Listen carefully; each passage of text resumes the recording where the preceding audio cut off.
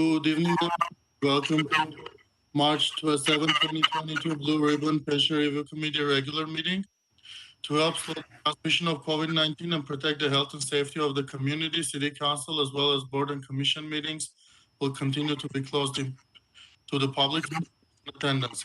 The public is encouraged to watch and participate from the safety of their homes to practice social distancing. Meetings are broadcast live on Glendale TV, viewable on Spectrum Cable, Channel 6, and AT&T Uverse, Channel 99. Meetings are also in high definition on the city's webpage, glendaleca.gov/live, on youtube.com/myglendale, and on Apple TV, Roku, and Amazon Fire devices using free app Screenwave for choosing Glendale TV from the menu. For public comments and questions during the meeting, call 818-937-8100. Public comments on a specific agenda item will be taken when that agenda item is discussed. Now I'm going to conduct a roll call. Committee Member Amirian. Present. Committee Member Bain. Committee Member Kedikan. Present. Committee Member Manning. Here. Committee Member Yes. Present. Committee Member Michaels. Present. Committee Member Molano.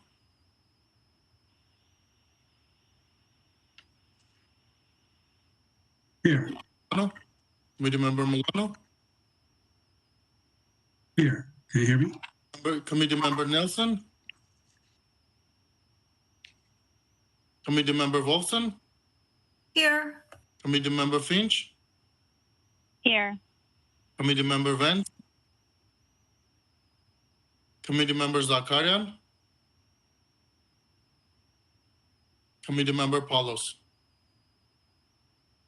Here. Thank you. Next on the agenda. And this is Mike Bain. I was here. Okay, I'll note that. Thank you so much. Next on the agenda, item number 1, regular business agenda. 1A, the agenda for the March 7, 2022 Blue Ribbon Pressure Review Committee regular meeting was posted on March 4, 2022 on the bulletin board outside City Hall. Item number 2, oral communications. Let's check if we have any callers.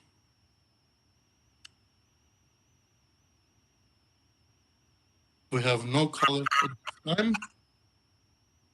Item number 3, minutes. 3A, approval of the February 22, 2022 regular meeting.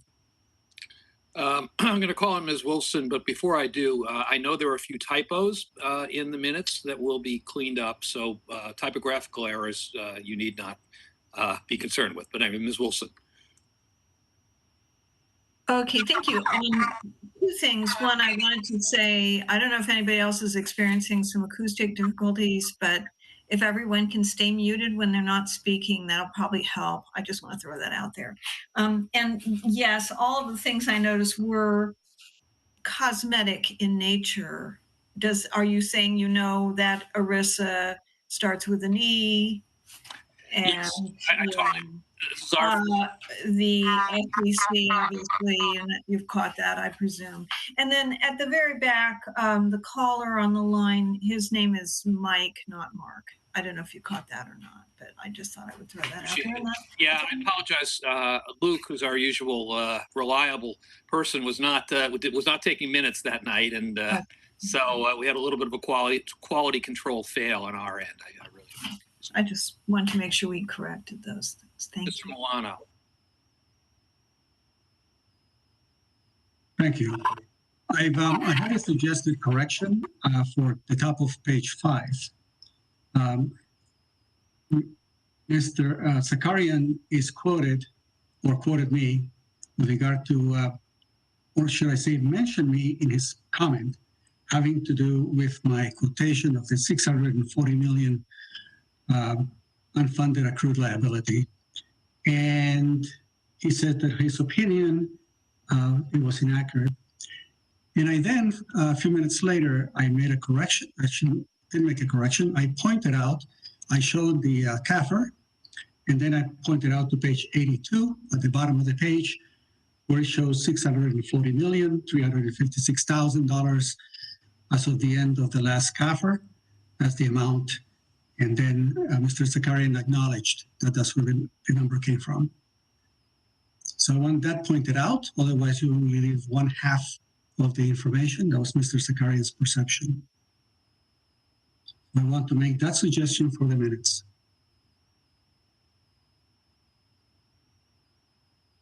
There's no objection. If there's no objection, we will amend the minutes accordingly. Can we have a motion and second to approve the minutes as amended? I move to approve the minutes as amended.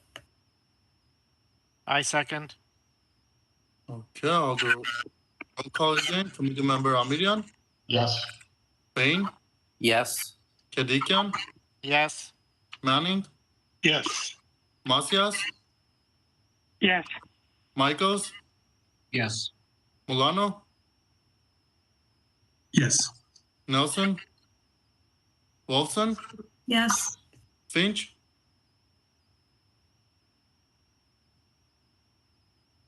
committee member Finch,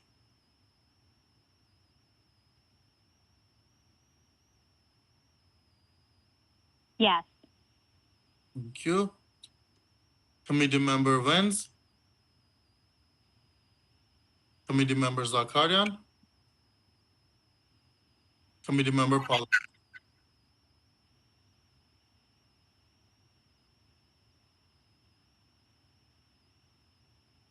Committee member Palos,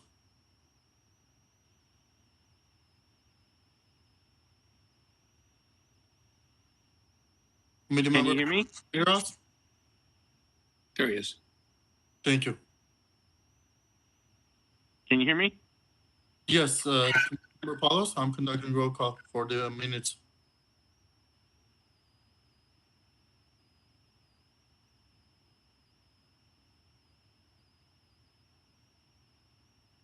Can you hear us?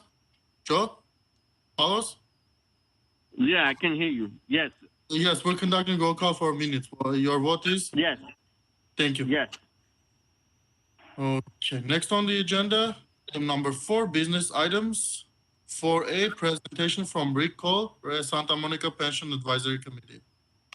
All right, I want to introduce our speaker briefly. And actually, his scope is a little broader than just Santa Monica. It's actually an issue that I know Mr. Cole has followed for many years, not just in Santa Monica. So Rick Cole is the executive director of the Congress of New Urbanism, which advocates for the architecture of community in America's cities and towns. He also teaches urban policy at Occidental College and Pepperdine University. He spent 30 years in public service, including stints as deputy mayor of the city of Los Angeles and city manager of 3 California communities, Santa Monica, Ventura, and Azusa. Prior to that, he also spent 12 years on the Pasadena City Council, including a term as mayor. The Los Angeles Times has called him one of Southern California's most visionary planning thinkers. I would say I'm up in Northern California, so that's faint praise, Mr. Cole, but anyway, yeah. So we're very, very pleased to have you here. I think that Mr. Cole is going to speak for 15 or 20 minutes, and then after that, we'll ask him questions.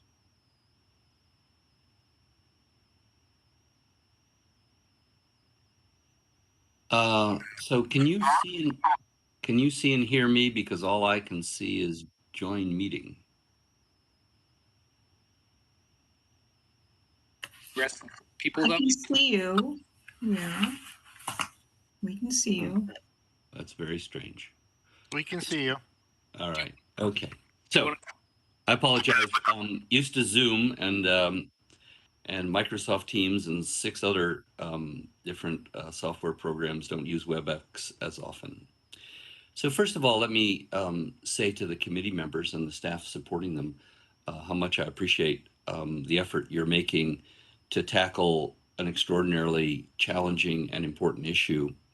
I have followed the pension issue since I was a member of the Pasadena City Council, because in their infinite wisdom, the voters of Pasadena passed a initiative offered by the firefighters union, supported by the police union in Pasadena, to set up their own independent police and fire pension system, independent of CalPERS.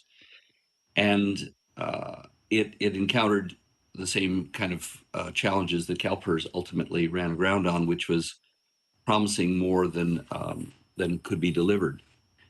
And the result was in the 1980s, when I was on the city council, the ballooning pension debt threatened to overwhelm the city and ultimately potentially force us into bankruptcy.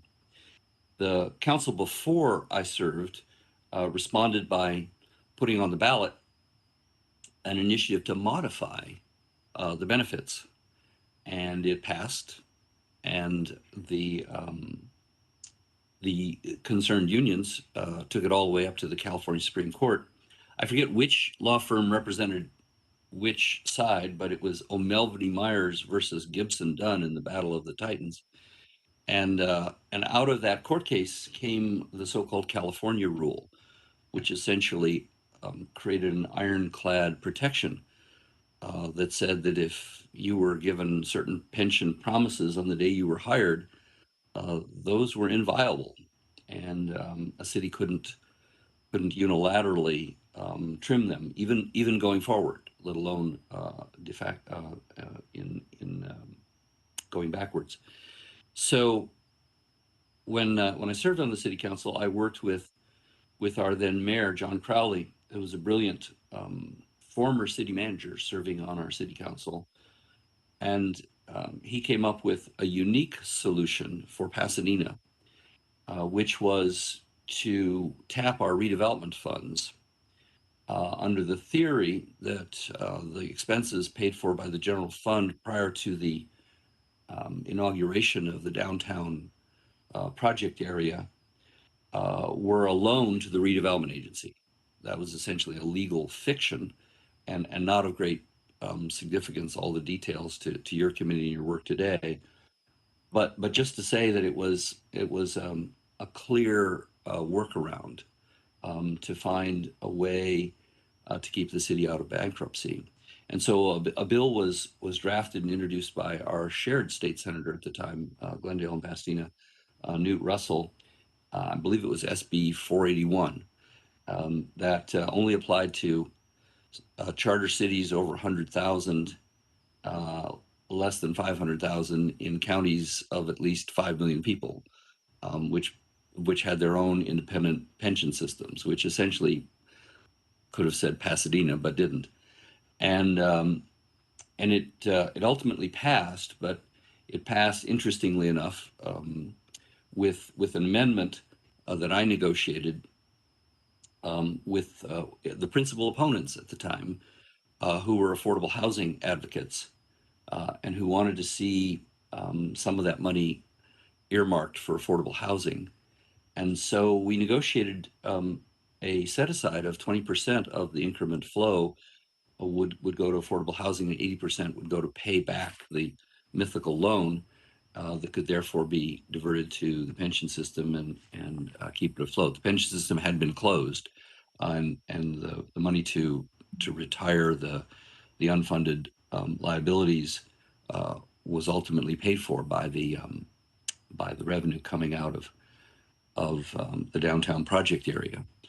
And I go through that history, which is ancient history, simply to say that this is an issue that I've paid very close attention to for 30 years and served as a member of the city managers Blue Ribbon Committee, who were advocating to the league and ultimately to the governor and the state legislature for pension reform. Many of our ideas were ultimately adopted in some form or other with the PEPRA law in, I think it was 2013. You all may remember whether it was 12 or 13. And in the form of full disclosure, I should tell you that despite starting my public service career prior to PEPRA's passage, because I was out of the system for a couple of years, I'm not a beneficiary of the classic formula. I'm a PEPRA. I lost my grandfather status. And so I'm going to talk about where we are today with simply the background that the reality to me having been involved in these issues for over 30 years, is that very few people understand them. Very few people have taken the time to understand them. And when you issue your report and ultimately your recommendations, the people who mostly understand them, mostly understand these issues, are people who have a vested stake in the outcome. And that's problematic. John mentioned that I teach public policy, and there's certain principles in public policy, and one of them is equity. And equity is shadowed when the people making the decisions have a stake in the outcome. That may be fair to them, but it's seldom fair to the public at large. And I think that's why California pension system reform is much needed again, and at the local level. So let me describe the Santa Monica experience. As city manager, we had convened a committee to study our compensation. That had been triggered by kind of a hatchet job done by a group called the Transparency Project, I think this is the name they go by. They're a front for an anti-labor think tank out of Nevada, which is peopled by right-wing ideologues on their board. And they may have done this to Glendale at some point. They go around and they cherry pick high salaries, whether it's for senior executives or whether it's overtime for police and fire. And they write a press release and they target a particular jurisdiction, and they their goal is to generate outrage.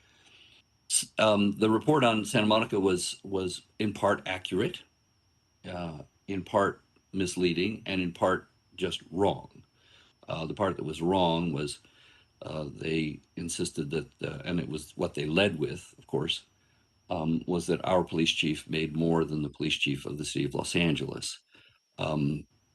It's hard to imagine it was an honest mistake, because these are people who know what they're doing. They conflated the salary of our police chief with the total compensation of the, I've got that wrong. The total compensation of our police chief, including her pension and benefits, with the salary of the LAPD police chief. So obviously, it looked inflated compared to his, because they'd inflated it. But it raised a legitimate question, and that's why I asked the city council to convene a citizens committee to look at our compensation overall. And I thought that for the standpoint of equity, and frankly for the standpoint of credibility, that we should have representatives of our represented unions at the table. And so it was a committee that included both our citizens, and it was ideologically balanced. The council allowed me to appoint it. We operate under the Brown Act, although that wasn't technically necessary, but allowed me to appoint it because I shared with them, I'd like to appoint a committee that has credibility, right? That doesn't sound like it's your political choices. And they went through and they discovered what we said to them at the outset. Our salaries in Santa Monica were above the norm for two main reasons. We're an expensive place to live and work, and we're one of the more complicated cities in California. In Santa Monica, because of the unique tax base in that city, we were able to support, until COVID, twice per capita the number of employees per citizen of any city in California. 2,300 staff members for a city of 93,000. So running a library in a city like that is different from running a library in a city that doesn't have a a giant main library and 5 local branches. So at any rate, that was one reason. That's the second reason. Again, the main reason is that Santa Monica is an expensive place, and second, we had more complicated responsibilities than typical. But our salaries weren't really out of line. Some were a little lower than the average. Some were about average, and a number of them were higher. But there really wasn't a glaring problem if you compare public sector salaries. Now, comparing public and private sector salaries is a whole other kettle of fish, which we won't get into tonight. But in that process, the citizens said, we basically have to say that this is not the scandal that was made out to be. But what about the pensions? And so, we were looking at nearly $400 million of unfunded liability in our pensions. And this is a city whose balance sheet was incredibly strong. Our net worth was $2.4 billion. But it would have been higher if it weren't for the $400 million of unfunded liabilities. So we convened a pension advisory committee. And again, I asked the council if I could appoint it, because I wanted to have, again, credibility and diversity. And this time, because the first committee had done well, all of the bargaining units wanted to have representation. We have 11 of them, so that didn't make a lot of sense, but we were able to at least get, I believe it was 5 members, 5 or 6 members of the bargaining units to represent all 11 unions. And then we had a diverse group of citizens from hard rock fiscal conservatives to liberal pro union folks. It's Santa Monica after all. And when we started, the divide was as wide as the screen, which is wider than I can, the divide is wider than I can show on this screen. The folks who were, strong fiscal conservatives were saying, well, why do we have a defined benefit pension system? Why can't we just get out of CalPERS? And the unions were saying, CalPERS has been around for years, and there are recessions, and everybody gets all worried, but we always work our way out of this. This is no big deal. There'll be prosperity, and there'll be tough times, and basically the problem is a non-issue. That's a pretty wide divide among, I believe, the 13 members of the task force. But we set out to work every 2 weeks, like you have, to really understand and to study the issues and to dialogue with each other. The first thing we disposed of was, could we bail out of CalPERS? I don't know if the situation has changed, but 3 years ago, it became clear that CalPERS is not unlike a Roach hotel. You can check in, but you cannot check out. CalPERS has 2 kind of fatal catches that make it extraordinarily difficult for anybody but the most distressed and tiny agency to extract themselves from their clutches. The first is you've got to pay off your entire unfunded liability before you're allowed to exit. And secondly, they calculate your unfunded liability not on their assumptions, which tend to be optimistic, but on the most pessimistic of assumptions.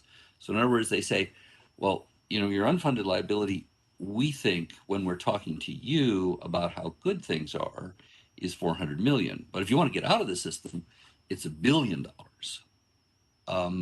because we need to be made whole in case our optimistic projections are wrong, which they consistently have been in recent years. So much as one might want to, and San Diego was able to years ago, it is actually, I don't think they were. I think they had their own independent system. They were able to move away from defined benefit. The reality is, I think cities are stuck with CalPERS, for better and mostly for worse.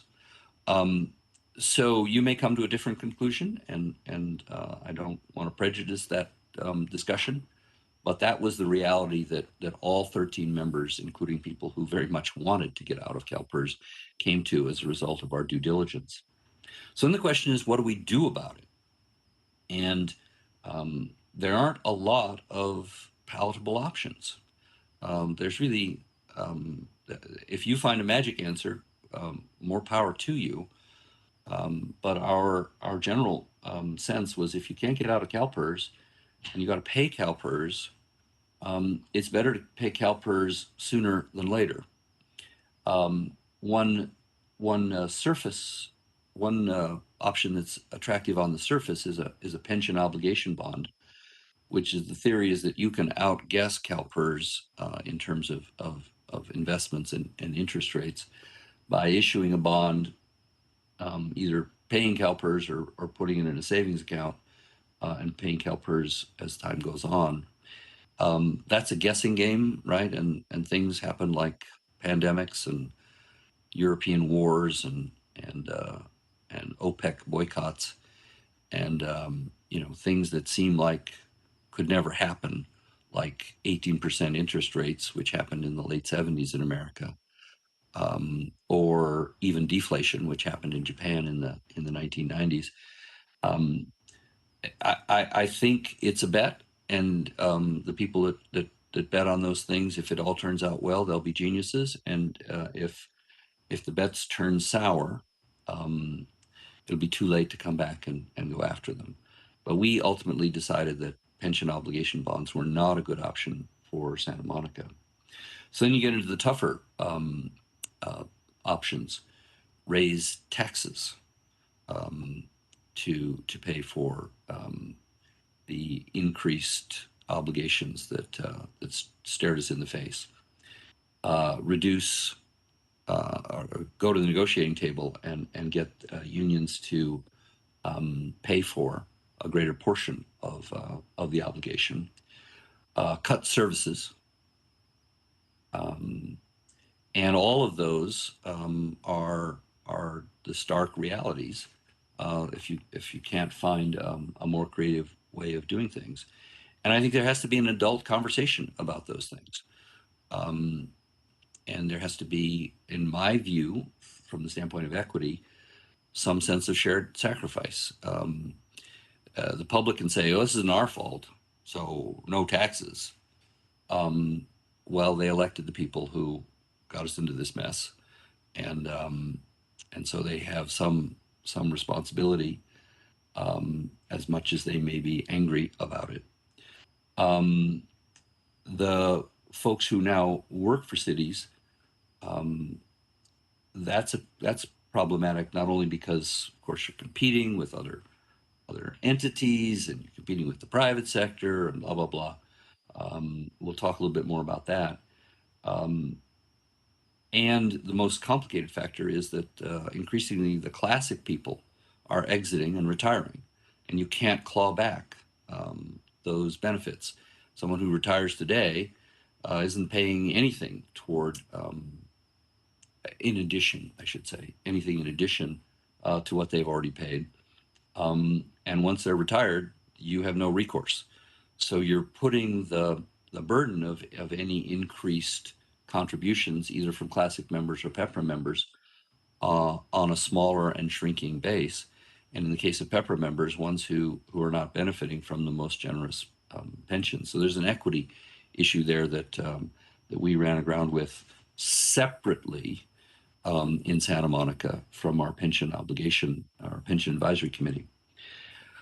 The third is to cut services, right? Is to tighten one's belt. And that's the path we chose, was to do that, and to be honest about it. Having raised taxes prior to the recommendations, and having at the time what I thought were adequate resources for us to tighten our belt some. And so we really took a page from Newport Beach, which has entered into an agreement, I think, with CalPERS. I forget the name of it now, of what CalPERS calls it. I'm sure members of the committee are familiar with that. But they have a plan where you pledge to pay over and above what you were going to be required to pay. We decided not to enter into such an agreement, but rather to enter an agreement with ourselves and make a commitment to pay off the entire unfunded obligation in 13 years. We went back and forth on whether it's 11 or 12 or 13 years. I think Newport Beach was slightly more aggressive. They may have said 12, we were at 13. The numbers are not exact because these are based upon projections, not based upon a bill that you can pay off, but they're based upon an estimate of what the bill will be. But based upon those projections, it would save the taxpayers $100 million over the course of the 25 years that otherwise it would take us to amortize the accumulated unfunded liability. And we put in a provision that would require the city by a super majority to override the city council to override the plan, which of course with COVID they did, and I think responsibly. I understand why they made massive cuts in the budget, and therefore we'll see now that income is bouncing back where they'll get back on the plan. So what does all this have to do with Glendale? I offer it simply, and happy to answer more detailed questions and to point you in the direction of more detailed information on all this. As background to the last piece I wanted to share, which I don't think you can separate this set of issues from the set of issues involving labor negotiation. And labor negotiation is politically and legally fraught in the state of California. We're a very blue state. And since Governor Brown, the first time, we have been a very pro-public labor union in our laws. And it's had bipartisan support. The huge increase in pension obligations that was triggered by 3 at 50 for the California Highway Patrol. I think it passed the state assembly 80-0. Or if not, it was unanimous in the Senate, and maybe there were 2 votes in the Assembly. So for years, Republicans aligning with public safety unions and Democrats aligning with other public sector unions have basically written the laws to favor public unions in California. And I happen to be, the grandson of a union shop steward and a registered Democrat. But I think that it has not served the state well, and it is the basis of the problem that you all are grappling with. And here's where, again, I think you can't separate the pension obligations from where they stem from, which is that union negotiations take place behind closed doors. And the exemption in the Brown Act to labor negotiations makes sense from the standpoint of if the city councils had to negotiate in public and the employee unions didn't have to, that puts the cities and the counties at a disadvantage. But if everybody had to negotiate in public, then you wouldn't have that disadvantage. And that's a big problem, because what happens is negotiations drag on for weeks or months, particularly if you're trying to extract anything reasonable in the way of changes in work rules, for example. In the case of Santa Monica, where we had enhanced pensions over and above what folks were legally entitled to, a gimmick that I gather Glendale did not embrace or has gotten out of, called PERS on PERS, which was that if the employer paid the employee's share of the obligation to PERS, that would be counted as pensionable income. So instead of your income being based upon 100% of your salary, it would be based upon 108% of your salary. And that gimmick, as you might imagine, was pretty lucrative, and the unions were loath to give it up. We negotiated our way out of it for police and fire, because at the time we were giving police and fire raises, and so we were able to extract that without a lot of pain. But we weren't giving out raises when we were trying to extract that from the non-safety folks, who of course said, well, what about us? And they asked for $150 million worth of value exchange. That's how much it was costing, would have cost the city. And they said, well, we give it back to us. We ultimately signed a deal with them that forked over about an estimated $24 million over the course of the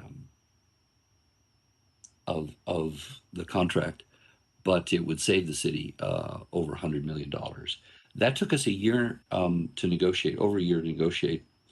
And I had to tell the city council at the beginning, during the middle, and right up to the end, if you're not prepared to impose this on our unions, let's not bother, because it will come. The only way we'll get this is if the unions know that it's going to be imposed, and they'll get a worse deal than they can get at the bargaining table. And I said, the entire city council chamber will be filled with people you know and who provide services to our community. They'll all be in red shirts or blue t-shirts or yellow t-shirts, and they will be spitting mad, and they will line up at the microphone and tell you every sob story in the book. And you will want to go, after you vote, in the bathroom and throw up.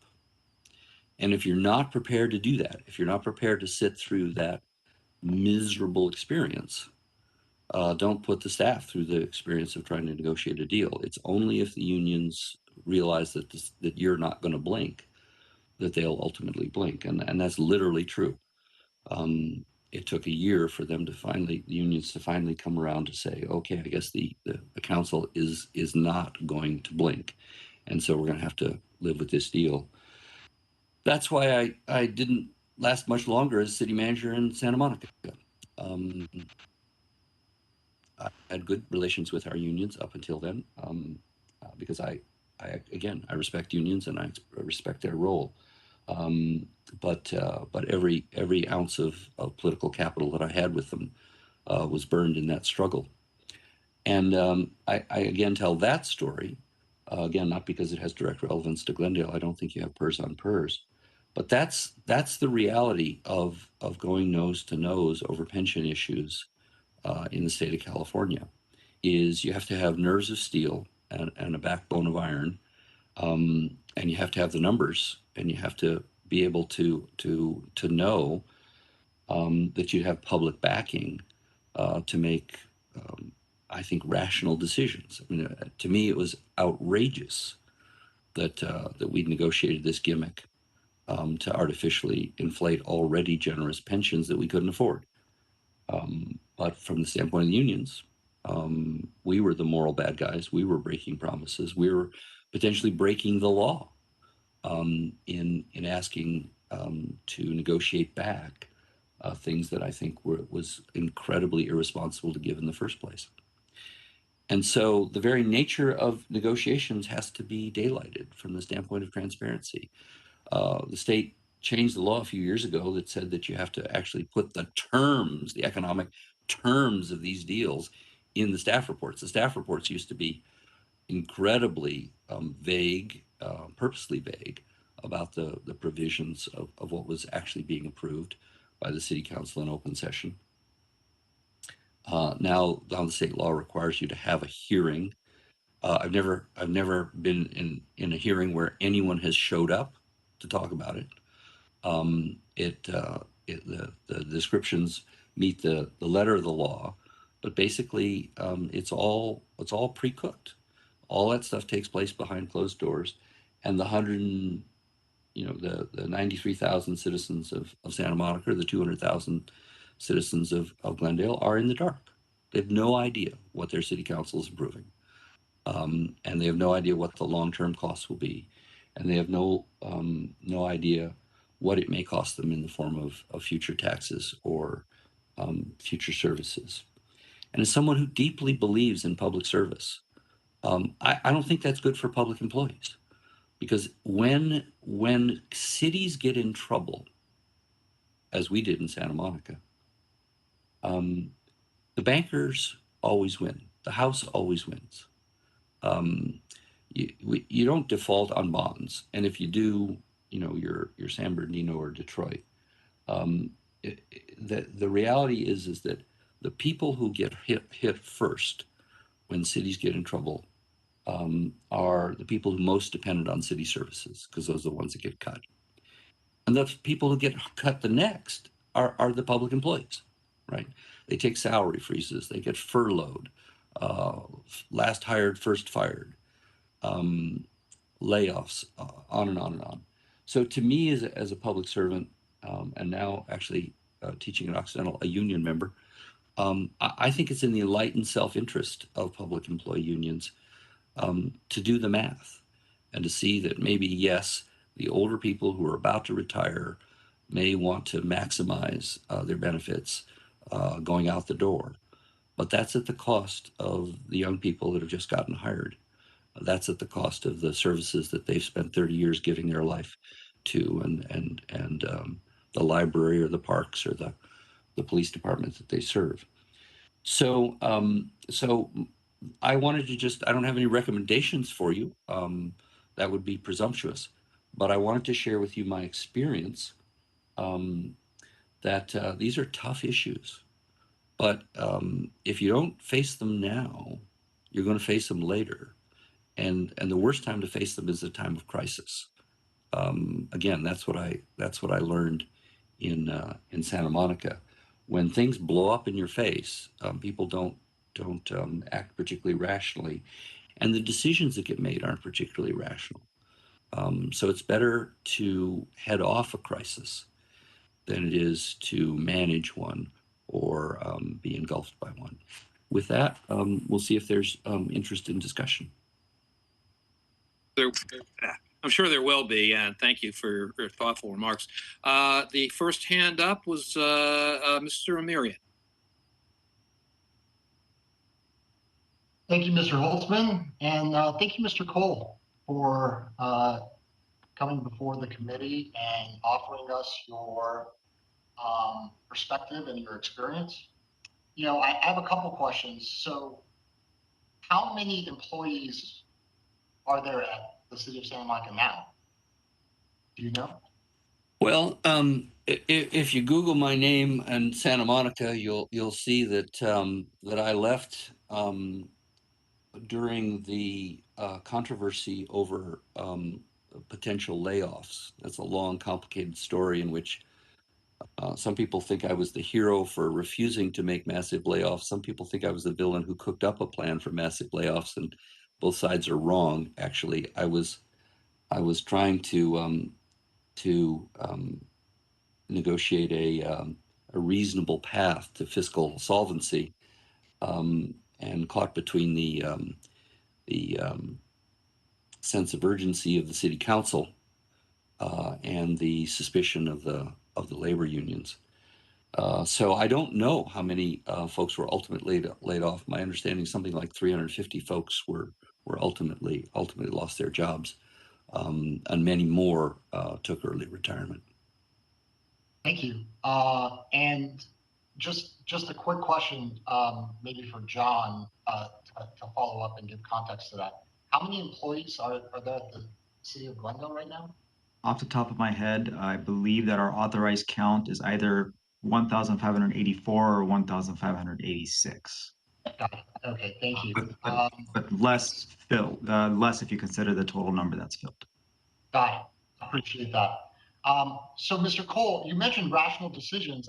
I I really like the perspective that you offered. Some members have suggested we, exit CalPERS by selling assets such as Glendale Water and Power, or firing the entire police and fire department and contracting out those services. What are your thoughts about suggestions like that in order to pay off the $2 or $3 billion CalPERS hit that we would take to exit? Yeah, I don't know that I can give you a definitive answer, nor should I. I think those are choices you all have to consider, but I'd offer this perspective on those choices. First of all, again, we came to the conclusion that the price that CalPERS was offering was a non-starter, right? That it just didn't make any sense to pay them that much money. So whatever decisions went into clawing back enough money to do that would be would just not be responsible. Again, you may make a different calculation on that. On the issue of drastic changes in order to finance that, again, our approach was to tighten our belt rather than to make massive changes. I think it's important to make those other decisions on the merits, right? Are the citizens of Glendale better off having control over light and water, or not? I've worked in both cities served by Edison and cities served by public power. There are pluses and minuses. I personally think that there are more pluses to public power and water control than not, but that's changing in the electric business. The electric business is going to probably change radically in the next 20 years. So I think that the decision about an issue of that magnitude deserves its own thoughtful weighing of the pluses and minuses, and I'd be careful about a fire sale. The second, contracting with police and fire, I think with the county, I've operated under both systems, right? County fire in Azusa and Ventura, city fire in Pasadena and Santa Monica. Never had sheriffs, always had our own police department. Again, I think that's the question of whether to consider those kind of steps is something that might be germane to this endeavor, but I think it would be really important to weigh those separately and rationally, to make sure that it made sense in the great scheme of things, to have to make that trade-off.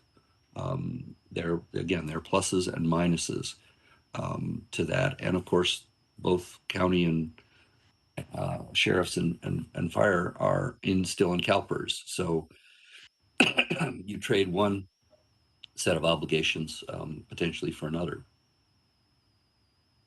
Excellent. And last question from me for now.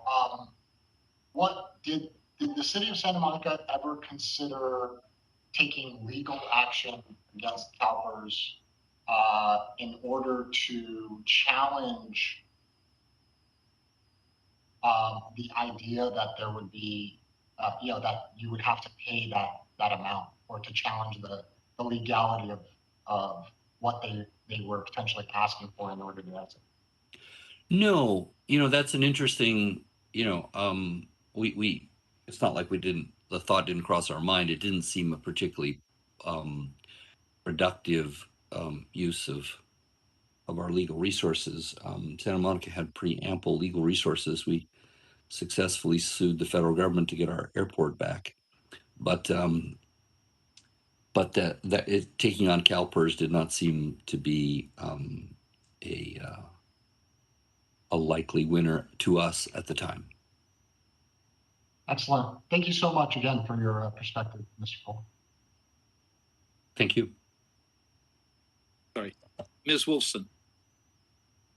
Thank you, Mr. Holzman, and thank you, Mr. Cole, for coming out and speaking to us. I was really fascinated by the stories that you told, and the delivery was great. I'm wondering, you said that Santa Monica arrived at a solution of paying off the unfunded accrued liability at a faster rate. And I was wondering, because Glendale is paying its unfunded accrued liability, we pay the big payment at the beginning of the year or at the end of the year. I'm not sure whether it's in arrears or at the beginning, but we're not like stretching it out as much as we could. But I'm wondering how big of an impact it had to accelerate it as you described, rather than using 25 years of amortization. I think you said you used 13. And would you mind giving us some idea of what that would be? Sure. I should have, refreshed my memory by calling up our finance director so I had the numbers in my head. But by essentially a level payment of which went up a little bit to inflation, then down, of about $8 million a year, that would get us to the 13-year payoff, and that's on top of like a 50 or $60 million payment that we're already making. So again, I'm pretty good with remembering numbers, but it's been a while. And so I'd want to check all of that and I think you can easily do that. I can put John or someone else in touch with our finance director in Santa Monica, who would have the numbers, at her fingertips. But it, in the scheme of a city budget that was totaling around $400 million a year on the general fund side and 350 on the enterprise funds, that was not a huge commitment to tighten our belts there. And I felt that we could and should. I had been arguing that we needed to tighten our belts, period, because the good times were going to come to an end. I didn't expect them to crash. I don't think very many of us did. And Santa Monica was particularly vulnerable to a crash because we had, we were getting $60-some million a year from hotel taxes alone. And of course, hotel taxes went to virtually zero in the first days of COVID. So, so I had been warning the city council in my budget messages and that we needed to begin to make the turn before we had to, and that the best way to do that was to put the money into capital, which we did, or into paying down. We actually started paying down our pension obligation before the recommendation from the committee. I had included that in the year before budget. But we didn't have a plan. We just thought, well, we've got an extra essentially windfall. So rather than tempt ourselves with spending it, we decided that we would put it away with PERS. Now, the downside of that, which you also have to consider, is then it's PERS money and they invest it, right? And once they have it, they can lose money, right? And not necessarily their fault, right? Stock markets crash, real estate markets crater, as happened obviously in 2008, 2009, which is part of the problem. An alternative to pension obligation bonds is, and I forget now the numbers, if someone will remember that, but there's a 115 trust, maybe? Yes, 115 trust. You can put this money aside yourself and hope that you can outsmart CalPERS in your investment strategy. Some people are very confident of that. I, for one, was not particularly. Again, if you do better than CalPERS, then you're all geniuses, and if you do worse, it's like, how could you be so irresponsible? So for better or for worse, we thought that handing the money over to CalPERS was the least worst option out of a number of not particularly appealing ones. Thank you. Can I ask one more follow-up question really quickly? One of the things that we've talked about on this committee is the potential impact of PEPRA on the overall burden that the city is facing in terms of the liability for the pensions and the unfunded piece of it. And I'm wondering if you would mind sharing your thoughts about how much of an impact do you think PEPRA can have? Is that going to be really a good game changer? In terms of timing, is it at all going to help us? Oh, it clearly already has. There's no question that PEPRA took a completely unsustainable situation and made it into a marginally sustainable one over time. But the real crunch now is we're all dependent upon the very good times that the stock market has had in recent times, which as of today doesn't look particularly positive. So that's the challenge, is that if the lion's share of paying these long-term liabilities was not dependent upon investment income, but is instead we put it in a bank and we got 5% interest and it was all paid for, that would be and if CalPERS invested in bonds, then we would be largely immune to those kind of shock waves. But the reality is that CalPERS is in so deep that they have to take relatively risky chances, and those have worked out in a bull market, right? We've had a bull market, so some of those bets look pretty smart right now, but again, that could turn around in a heartbeat. And so that's the challenge. So your original question is, how much has PEPRA helped us? PEPRA helped us a lot. We still have defined benefit, and so we're still in a system where we're at the mercy of investment returns. But we don't, the trouble is that classic members are going to be drawing their classic pensions for a long time. And that's good for them. God bless them. But it's going to be a drain on people who, in 1997 or 2003 thought it was, well, fine, we'll just go to 3% and 50 for our heroic police and fire folks. They deserve that. But that means that those folks, if they serve 30 years, will be getting 90% of their income for the rest of their lives, indexed to inflation. And if they retired with a disability, half of that income is not subject to state taxes. And many of them will take that money out of state and spend it elsewhere. So that's basically paying those folks twice if they live another 30 years. And I don't know any system ever invented that could afford to pay people's salaries twice. That's a heavy burden to be paying. Okay, well, thank you for your answers, and I hope that we can find out those numbers and see how it would look for us if we tried to do the same thing. We ran those numbers extensively for 12 years and 13 years and 14 years and 15 years and back and forth. And the big difference is getting the money in sooner rather than later. That's what punches the numbers. How many years you pay for it is not as crucial as when you start. Yeah, thank you so much. Okay, Mr. Kadikian.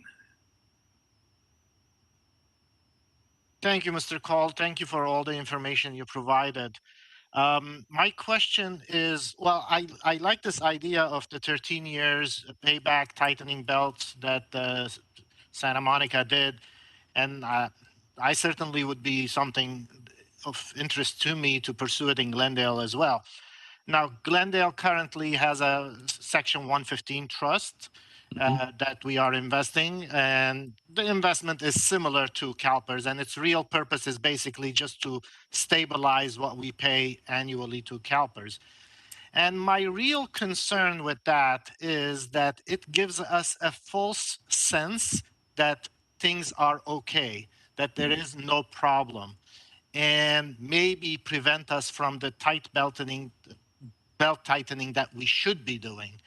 What are your thoughts in that regard, if you could, with your experience in managing cities?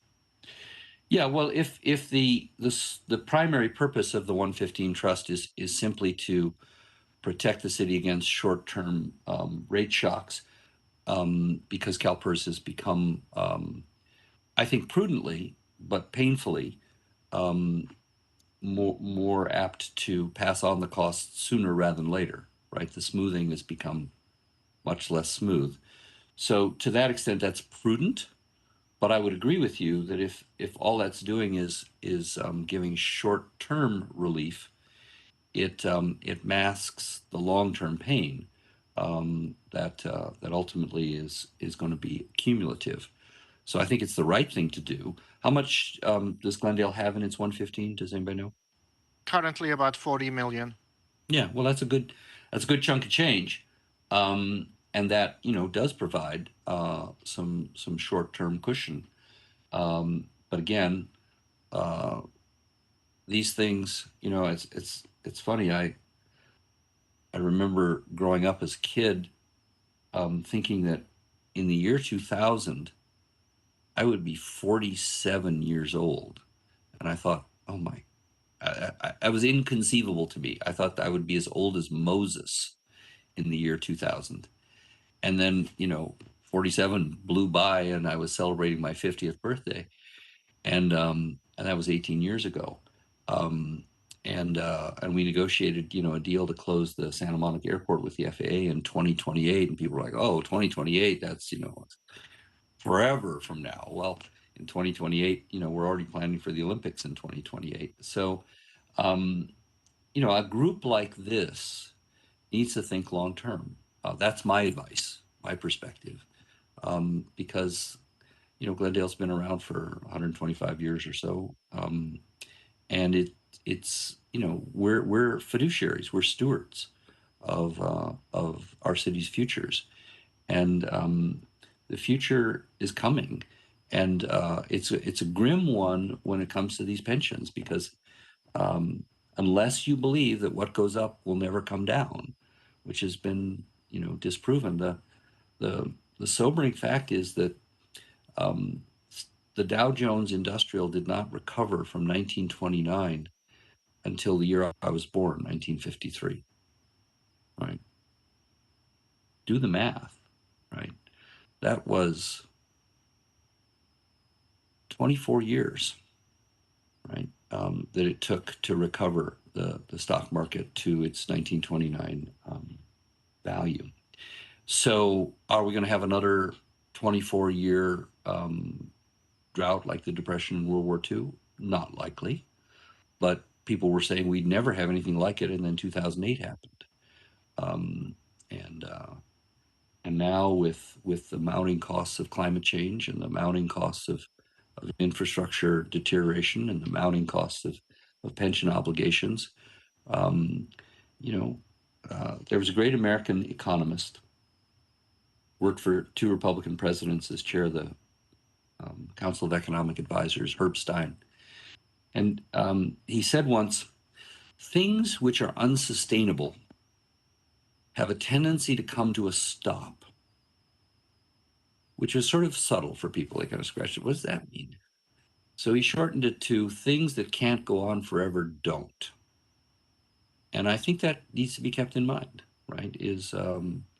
We're here in 2022, and pretty soon it'll be 2030, and pretty soon it'll be 2050, and we'll still be paying off these pension obligations from people who worked for the city, got hired in the 80s and 90s, and it's a responsibility to think long term about those obligations. Maybe the tooth fairy, maybe the tooth fairy is real, and maybe the stock market will go past 50,000 and everything will be swell. And you all will be just a bunch of grumpy old fiscal hawks. Or as we found out in Santa Monica, our worst case wasn't as bad as we thought it was going to be. It was worse than our worst case. So those are the challenges, and I think it's really important to think long term. Sorry for the long answer, but I think that's, if anything sticks with you on what I shared tonight, it would be that my children are probably going to be around until 2075 or 2080, and that's a long time. All right, well, Mr. Cole. On that note, we'll call on our favorite grumpy old fiscal hawk, Mr. Milano. He's my favorite too. Thank you very much, Mr. Holton. Mr. Cole, your presentation is probably the most comprehensive and sober assessment of what we are facing. And even though you faced it indirectly through your experience, through all the cities. And I say that because you brought in a lot of topics that I've tried to bring to the attention of this committee.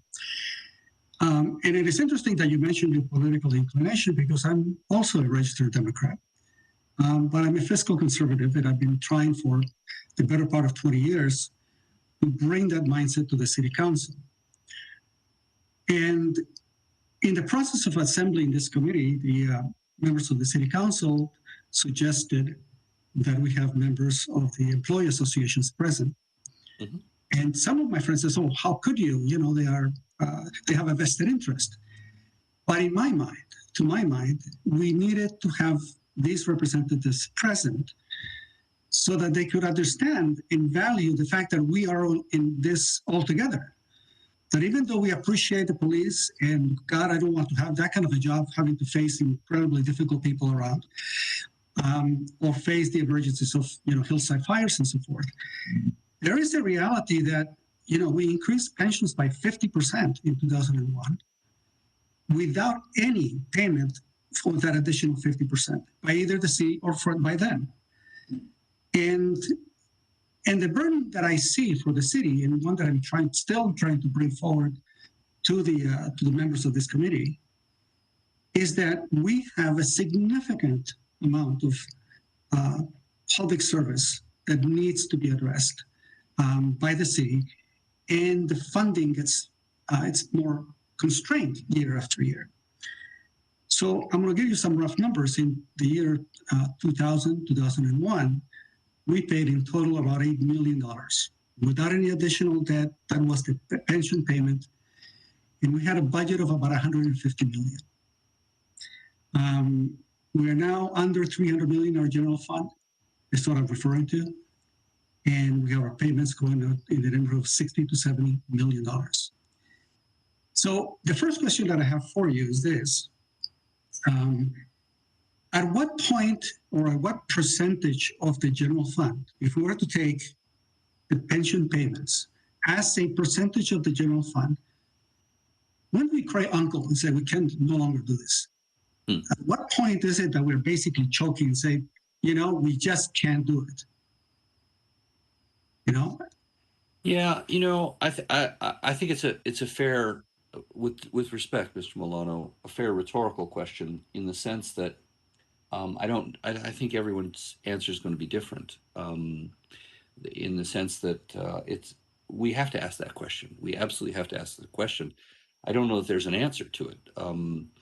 The reality is that as a nation, we are racking up fairly significant obligations, and we've seen the consequences. We saw it in Detroit and San Bernardino. It was a question of whether they'll ever recover from the body blows that led to their bankruptcies and that stemmed from their bankruptcies. Right? It's a double punch. Right? You have declining revenue and rising obligations, and that puts your budget in a crunch. And then you have bankruptcy, and so you have to make drastic cuts, and that makes recovery that much more difficult. We saw it with California right before Jerry Brown's administration, when we were really facing a wall of debt, as he put it. And so, yeah, at some point, yesterday, today, tomorrow, people do have to say enough is enough, and we have to take a different path. But I think that's not an answer that I can answer or that the city council can answer. It's a question that I think the whole community has to answer. I have a couple of follow-up questions, and that has to do with knowledge and the dissemination of knowledge to both the public who votes and to the city council whose vote matters most. I've, to the consternation of some of our members, I brought and searched for how the vote in 2001 happened. And even though I thought I knew how it happened, the magnitude of what I saw was just very shocking. The 2% of 50 was a very cryptic name. And I don't think even the brand new council members who were elected right before its adoption knew what they were voting on. And there was a very short line on the agenda, and it took them less than 60 seconds to just say, just approve it unanimously. Since then, I've been talking and searching for the council members who voted to see if I could get an assessment of how much did they know and how well did they know it with regard to the long-term impacts. And my impression is that the magnitude of what we were about to undergo, given the information that was given to CalPERS, which is on the documents that the city uses backup for this ordinance, were pretty shocking that we would get, let's say, 0 increases for 18 years, and that if we adopt this, that it would be about $35 million a year going up, but not for the next 6 years. The next 6 years will be 0. So there was significant information that, to my mind, was materially misleading. And then they said, well, we'll also increase the valuation so that you're at 95% valuation. And that artificial increase will cause the payments to be half the amount, $16 million a year, but not immediately in 6 years. Well, obviously, none of that turned out to be true. The knowledge of the city council, whenever they go through an MOU, needs to be, in my opinion, as full and rich with regard to the long-term implications of what they do. Every little raise that they accept, every little additional benefit that turns out to be perceivable, has a huge material impact in the long haul. And so it is my hope that, as you mentioned, the level of knowledge and awareness of what we bring from this committee to the city council in our report, that will serve as a template as to what to watch out for, lest they exacerbate the problem and make it even worse than what it is. And second, is the struggle that I find in figuring out how to present this complex information to the public. Where to the conservatives, they say, fire and police protect us, and to the Democrats, well, they're unions. So pretty much they rule our elections.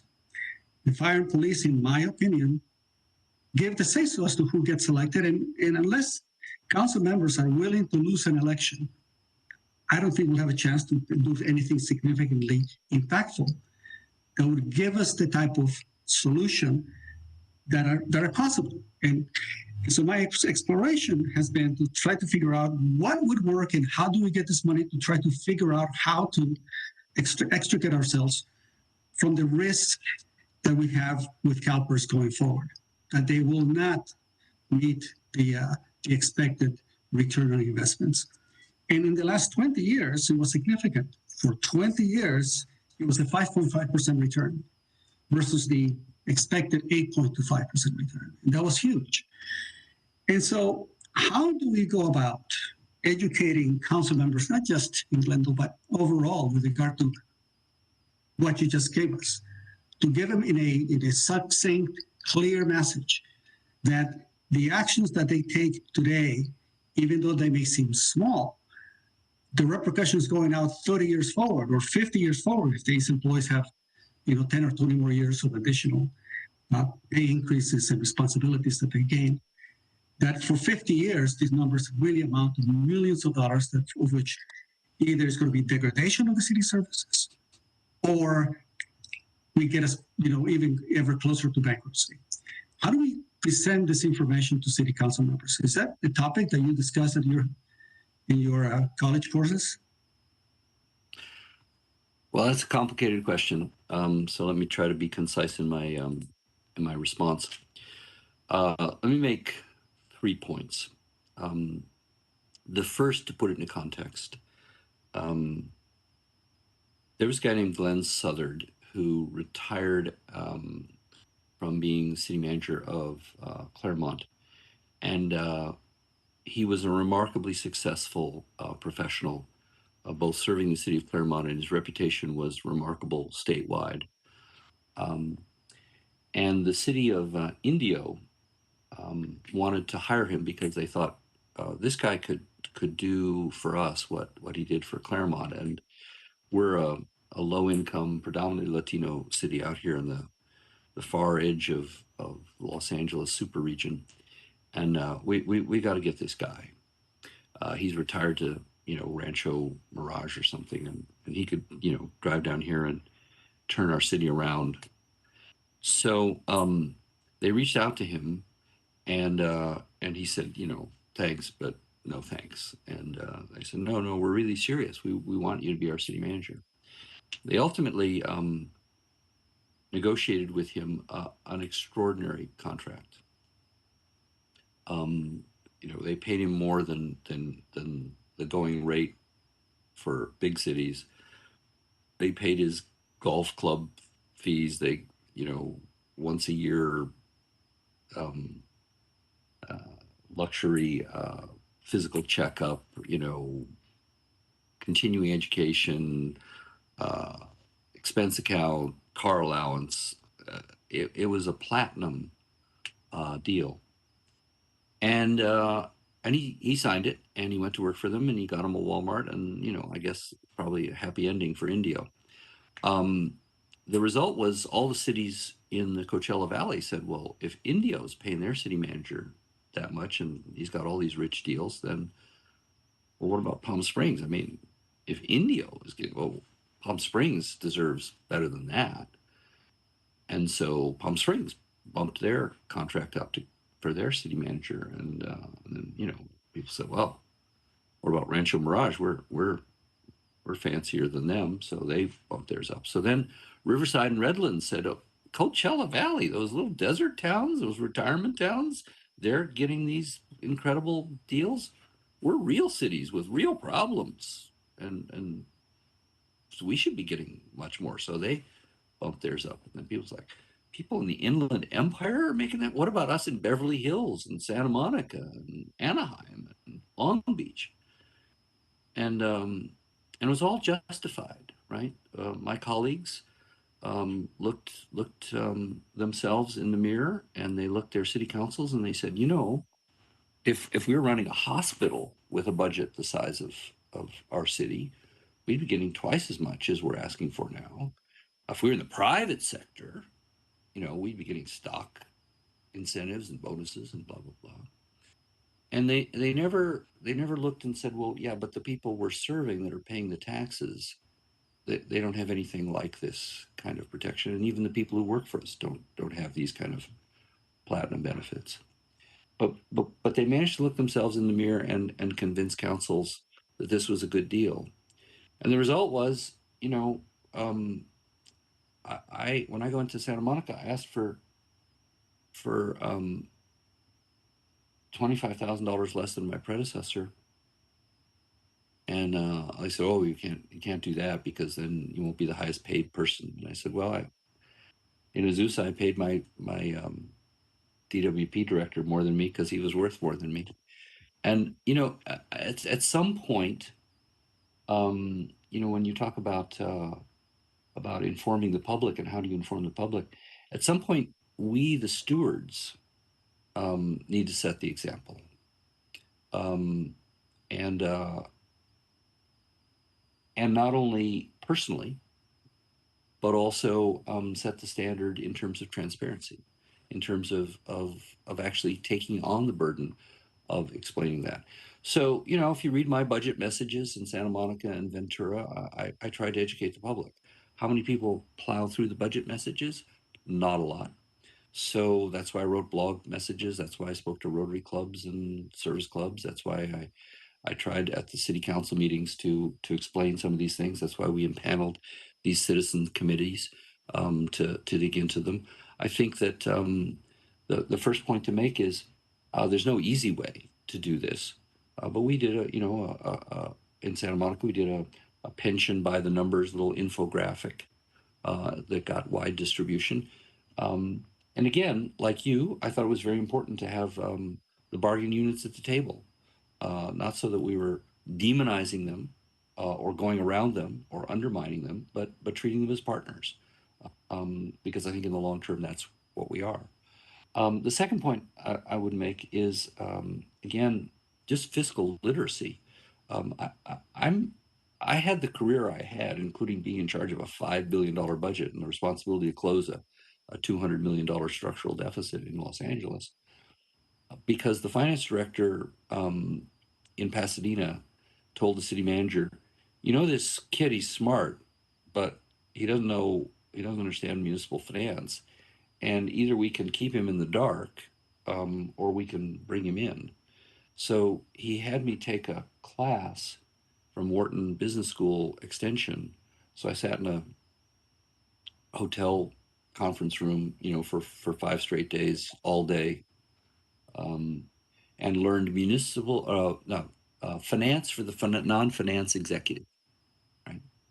And I learned how to read a balance sheet. I learned how to read a profit and loss statement. You'd be amazed at how many city council members can't do that for their own city. Couldn't make head or tail out of the annual, you know, statements that are made. I used to point out that we had our net balance for Santa Monica, as I said, was $2.4 billion. At the time, I think Irwindale was at $40,000 was their net worth as a city. You couldn't tell that to the people in Glendale; they would have no idea. So I taught at NALEO, the National Association of Latino Elected Officials, finance boot camp for 3 years prior to COVID, where newly elected officials would just come in and just learn how to read a balance sheet, how to understand their budget, how to understand capital improvement programs. You talk about educating the public. I think you have to start with the city council. You know, sometimes people get elected with sophisticated financial knowledge, not very often. And then they get marginalized, like sometimes you do, Mr. Milano. Like, you know, oh, let's not listen to that guy again. You know, it's frustrating, but it's absolutely, these are big multi-million-dollar operations with long-term fiscal obligations. It's important to understand the numbers. And the last point, which I'll make more concisely, is I think it's you know, that this goes well beyond your committee, but I think we're lazy about democracy in California. You know, we barely ask people to vote, and that's never worked for 2,000 years. People have to, if you have a democracy, which means the people rule, the people cannot be idiots, right? They can't have no effing clue about what's going on at City Hall. They actually have to be paying attention. That's hard because, you know, the Glendale News Press, you know, is essentially a shadow of whatever it used to be. People have to rely on blogs written by people who have, you know, an axe to grind. And the vast majority of people have very little understanding what goes on at City Hall. And you can get, you know, 500 people to come and piss and moan about some condo project.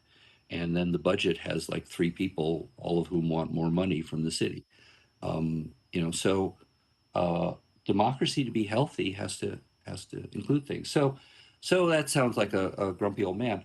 When I was deputy mayor in the city of Los Angeles, it took me a couple months, but I convinced the chief of staff to take the budget show on the road. She said, well, first of all, nobody cares.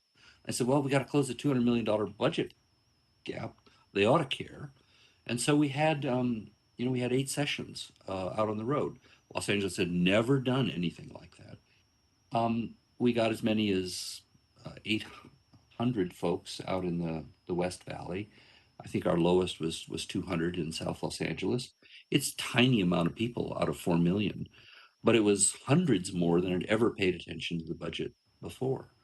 And people say, oh, people don't care about that. They want to watch Netflix, or they're working 2 jobs, or they have kids, blah, blah, blah. Well, yeah, okay, fine. Yes, people do want to watch Netflix, and they do have kids, and they do have jobs. But the reality is it's their neighborhood, their streets, and their kids have to walk those streets. And if they own a home, the value of that home is tied up in what happens at City Hall. And you know what? Freedom is not free. And we can't just say, okay, well, young men will go and fight in stupid wars overseas, and that's how we'll defend democracy. We actually have to defend it at home by getting people involved in these kind of things. So there's no easy answer, Mr. Milano, but there's hard answers. In New England for decades, maybe hundreds of years, every registered voter had to come out one night a year and vote on the budget, and it took till midnight. But they had to go over how much salt was going to be spent, on the snowplows. That's not practical for a city the size and complexity of Glendale, but people should not be financially literate, starting with the city council. Thank you. Thank you very much. Mr. Holtzman, we do have a caller on this item. Okay, let's hear from the caller, since it looks like we have a break in the action. And let me emphasize, that's no slur on the 5 members of your council today. That's just a general observation about council members in general. Okay. We have the caller. The fact Mr. that you have Moyle, Mr. Cole here. Yes. You have 3 minutes. You don't. You hear me now? Yes, you have 3 minutes. Go ahead, Hello? please. And Vlad, Okay, thank you. Keep talking. Okay, well, I try again. My name is Mike Mohill. I do have a community newsletter in which I have mentioned your name several times, Mr. Cole, as you should be the city manager for Glendale. And each time over the last 10 years or longer, they always pick somebody else who doesn't have a financial background. So for that, my hat is off, and I'm glad you're here to speak to the people in this room who I believe have a real great interest. I especially like to thank Mr. Milano because he's a Democrat, and I happen to be a Republican, and you're a Democrat too, and you all sound like conservatives. It amuses me. But the pension crisis is neither a Democrat or a Republican issue. It's a people's issue, and we all have a stake in this issue. And what I get together from you, Mr. Cole, I think, Cappers does not want to close down. They want to continue on and on and on and suck the taxpayers forever. In my opinion, there's only one way out. We need to bite the bullet and spend what I believe the number is $3 billion to get out of CalPERS. You mentioned Pasadena. They spent, $65 million for a pension bond, but that only kept them in the system. It didn't get them out of the system. They just stayed in the system. I believe the city of Glendale should put out it has to be a $3 billion bond to get out of the system. You're right about one thing. We elect people for the city council, and they don't know a thing about finances. And then they look at the city manager. Often they don't know anything about finances either. Sure, I'm not going to try and point fingers, but we've had some city managers who put us in debt, and they walk away with fat pensions. maybe we should have a citizen city manager for a change. Mr. Milano, you're the Democrat. You'd be a great city manager, but I don't think they would appoint you because you're too smart. Mr. Cole, I wanted the city, Glendale, to appoint you several times whenever there was an opening, and your name was passed over for somebody else. I wonder why. Because you're the smartest man in the room, and they didn't want a smart man. They wanted somebody that the city council could manipulate. And look what we have now. We have runaway pension debt. It keeps growing every year. What is the solution? You tell me. To me, in my opinion, is the city council must put up a bond to get out. We had I went to a meeting with Mr. Moyle, your time is up. Mayor Paul Devine was in, and the man who was there said, getting out of CalPERS is possible, but it won't be easy. So I'm being shut off now. So again, Mr. Cole, it was nice to hear in your voice, and again, thank you very much. Thank you, Mr. Have a great night, Mr. Moyle. Ms. Wolfson. Thank you. I just, my comment, it's not really a question, it's a comment that I had about Mr. Cole's answer to Mr. Milano's questions. And it won't make as much sense now after the public comment. But I just wanted to say, bravo, bravo. And I wish there was some way that your attitude could be bottled and distributed in a widespread fashion, because that's what it takes. Bravo for saying, I'm going to take 20% less than my predecessor or whatever. The problem with our society is that we are completely enthralled to money, and is a huge problem. And I think you nibbled at the edges of it tonight. I really appreciate your coming out. So thank you. Well, thank you all for your service. I appreciate this. You're giving your time. You're doing what I'm advocating for, which is citizens and staff members. By the way, I hate the word employee, because if you look it up in the dictionary, it's someone who works basically for a paycheck, someone who takes orders in exchange for getting money. And so much to the annoyance of my city attorney and my HR directors, I always called folks professionals, staff members, team members, because I think those of us in public service have a higher calling. I am proud of the people in public service. I think they're not any more lazy or corrupt or self-serving and than folks in the nonprofit sector, the religious sector, the academic sector, the private sector. If anything, I think pound for pound, they're as smart and dedicated and principled as people you could find. We often don't inspire that. We often don't motivate that. We often don't tap into that. But most people who join local government do so because they want to make their local communities a better place and have a good job and earn a fair living. And I think they're our partners. They're the ones who deliver the vital services. But I think that that, as I've shared here today, when it becomes like the baseball bat, where as it started with these city manager salaries, and then people who work in the parks department or the library department say, well, if my boss's boss is making that kind of dough, I'm not going to be a chump. I'm going to ask for the, where's my share? And that race ultimately, I think, is unsustainable. I don't think you should take a vow of poverty to work in the public sector. But I think that we, again, as I've emphasized, we made some unsustainable commitments that we now have to unwind.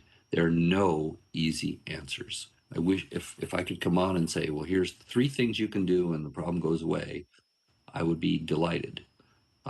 But there aren't three easy things for you to do and the problem goes away. We're gonna have to chip away at this problem responsibly and as much as possible in partnership. But people who deny that there's a problem are part of the problem. Mr. Michaels, you've been waiting patiently. Mr. Cole, I want to thank you for your perspectives in answering questions from the committee members. One issue that you hadn't touched on and hadn't been asked on is looking at transparency legislation that would impact how CalPERS processes or disseminates information. Do you have any thoughts on efforts of cities banding together, looking at encouraging or forcing CalPERS to make changes in their processes, becoming more transparent and having more information available? Yeah, I think they've gotten certainly better than the putting it politely BS that they handed out 20 years ago in advance of 3 at 50.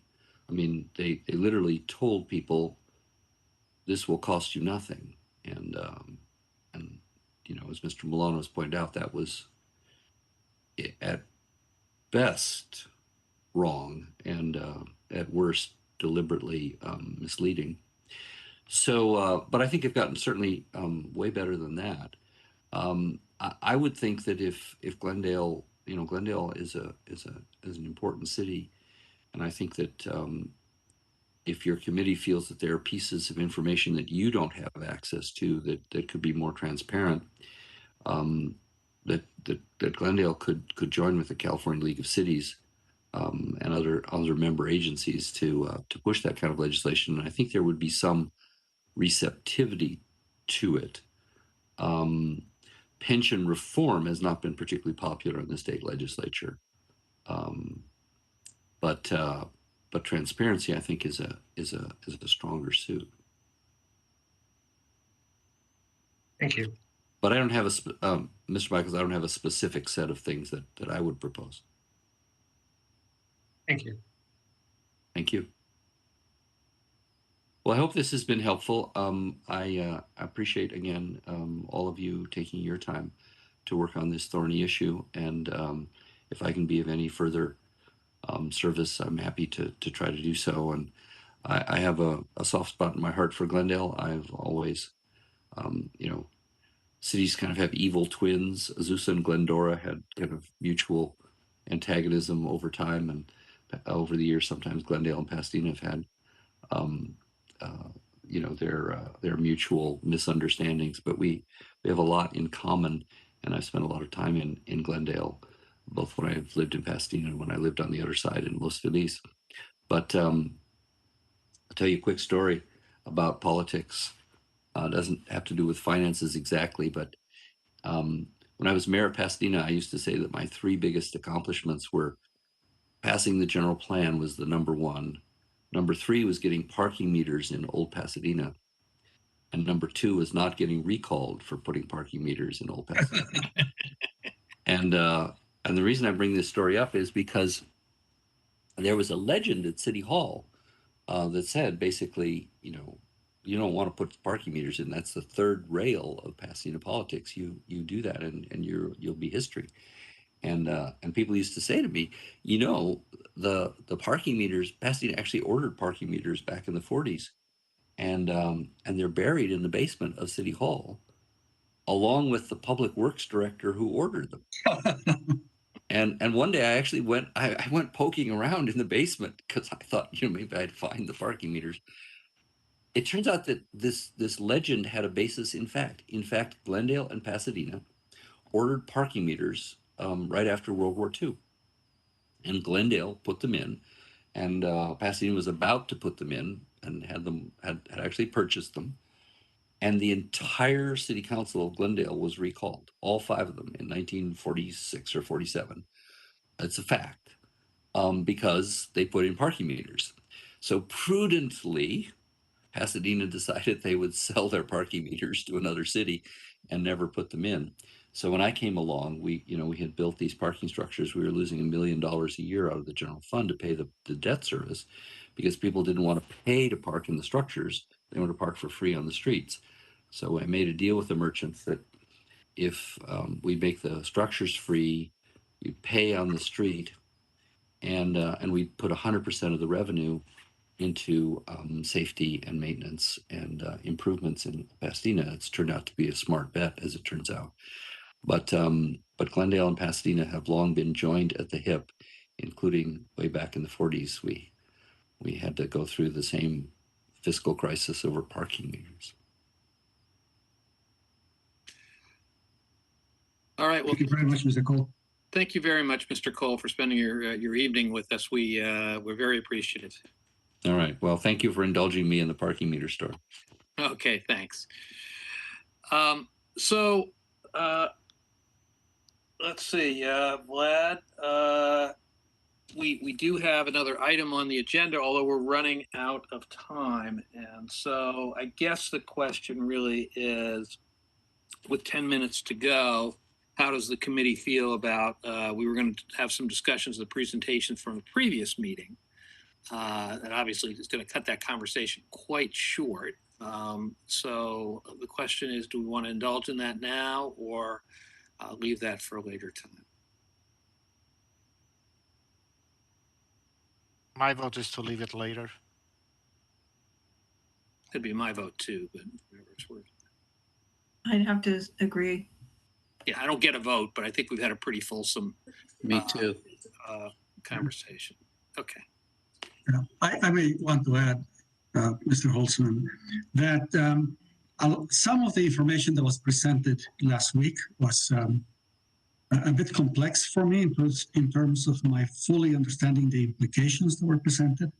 So having a little bit extra time would be really nice for us to digest that information so that we can address it a little bit more thoughtfully. Mr. Manning, I'm sorry, I keep going in and out. No, I was just going to say that I don't think that we have enough time to really give justice to a discussion of the complex things that we heard at the last meeting. Okay, we'll hold on that then. So with that, well, Vlad, you want to take us through the items here?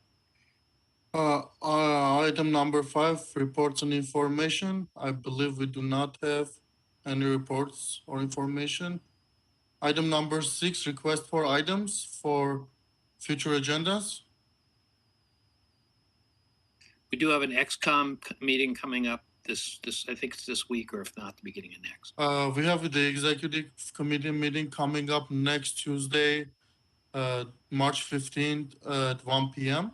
And the link was sent to executive committee members and to appropriate staff.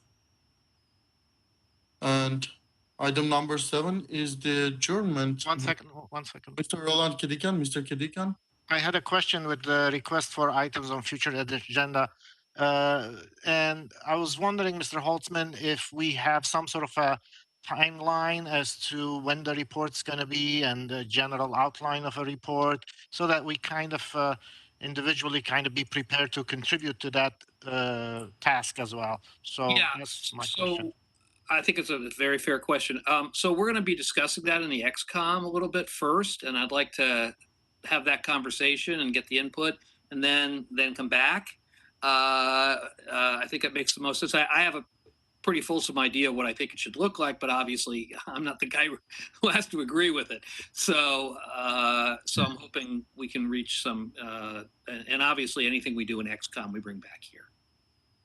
Yeah, Mr. Holtzman, I wanted to suggest to the rest of the members, because if there are any topics, major areas that we have not covered, I would like to hear from them, especially for the executive committee, so that we can arrange it such that those topics are covered. I think that personally, I know that there are at least 2 major areas that have not been covered yet, but I want to hear from the members to see how we can arrange it such that we give it a proper hearing. I think it's an excellent idea. If you would, just for Brown Act purposes, direct that to me so that we don't have. So can you clarify now, are you saying that the committee in general if we feel that there are topics that have not been covered, we need to send them to you. Is that correct? I think that would be the most helpful. Yeah, exactly. Topics, or I would say, alternatively, if you have a burning question that hasn't been answered, it might not be an entire topic. That would require greater drill down, perhaps. I mean, I know, for example, tonight, one of the things, although we did have a consultant who talked about this a little bit last time, but if, for example, we were to say we think that we should pay off the pension liability in 13 years, what would that look like? I think we have data on that. Yeah, and Mr. Holtzman, if I may, that information was presented quite early, a couple of times. Yeah, so I just want to make sure though that everybody has what they need, and because that is something we've covered. Mr. Holtzman, I don't know, you probably don't have the project timeline in front of you, the one that was shared with this committee a couple of times in the past. But we do only have 3 meetings left. So whatever topics we're going to discuss, I just want to make sure everybody understands what that timeline looks like. Yeah, and as of right now, we have a meeting on April 4th, a meeting on April 11th, and a meeting on April 18th, by which point we will be finalizing a report to deliver to the City Council prior to our budget discussions. That's correct. And I obviously have to do in terms of creating the bones of that report too, during that period. Ms. Wilson? I just want to, put in a request that the entire committee does get a chance to weigh in on the report, to edit the report, and make suggestions. I hope that will happen somehow in those 3 meetings that we have left. We obviously have to be able to have your input on it. So that's I can assure you that's going to happen one way or another. I would also say, I won't be terribly surprised if there are folks who want to make points that aren't supported by a majority through in lawyer speak, we would say a concurring or dissenting opinion. Whatever. Well, I want to clarify that my concern is for the report to be clear and instructive and as helpful as possible. And sometimes that's not as easy to pull off as it might seem at first blush. Believe me, I'm fully aware of the challenge. I have to litigate pension cases in the courts. And if you can imagine trying to explain these issues to courts, you have some sense of what you're up against. I had a feeling you might understand. Yeah. Mr. Manning has had the same experience his entire career, just about. It's not always easy. Okay. Any other final comments before we get a motion to adjourn? If not, can we have a motion to adjourn? I move to adjourn. Second. And we're adjourned at 8:27 p.m. Have a great night, everyone. Thank you.